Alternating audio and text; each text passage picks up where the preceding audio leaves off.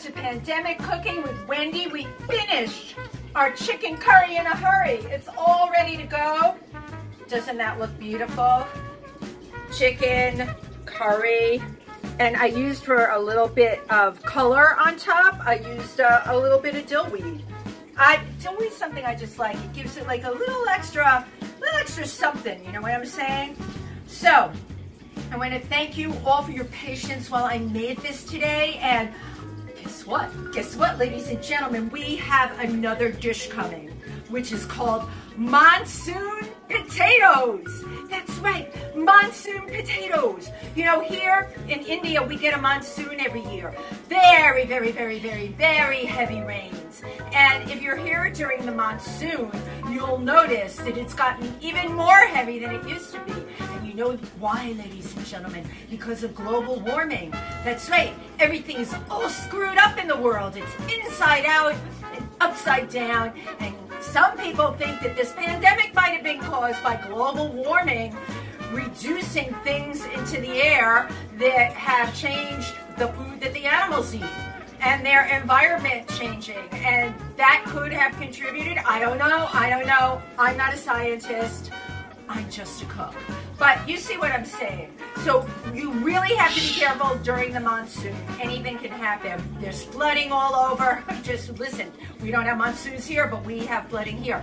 Oh, and I really should, oops, I almost lost my sari. I should take the time to tell you about my beautiful sari that I got when I went to India. I've been to India. When I went to India, I went on a camel safari. I went on a camel safari to find the guy that I had read about that was rescuing Siberian cranes. Now, I know a lot of you are saying, oh boy, there she goes on all her adventure and explorer stuff.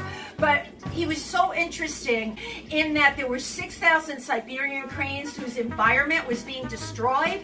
And one farmer with barely a grammar school education organized a bunch of the farmers to plant some seeds so that when the Siberian cranes were on the migration, they could have something to eat, right? Because their habitat was being destroyed.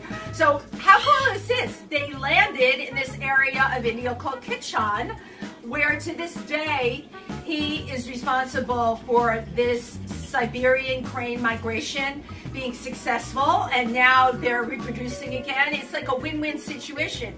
And it shows you what can happen when one person decides to make a difference in the world, right? That's all of us. And I took a camel safari there. I was very excited about that, but the problem with the camel safari is, well, oops, I almost knocked over my bottle of vegetable oil. The problem with the camel safari is the camels aren't always nice. And you know, they look kind of cute because they have like these mushy lips and everything, but they're not nice. And I went to kiss the camel and he snapped at me, ladies and gentlemen. I mean, I could have gotten bitten in the face, but you know what, that didn't happen, so why am I even bringing that up?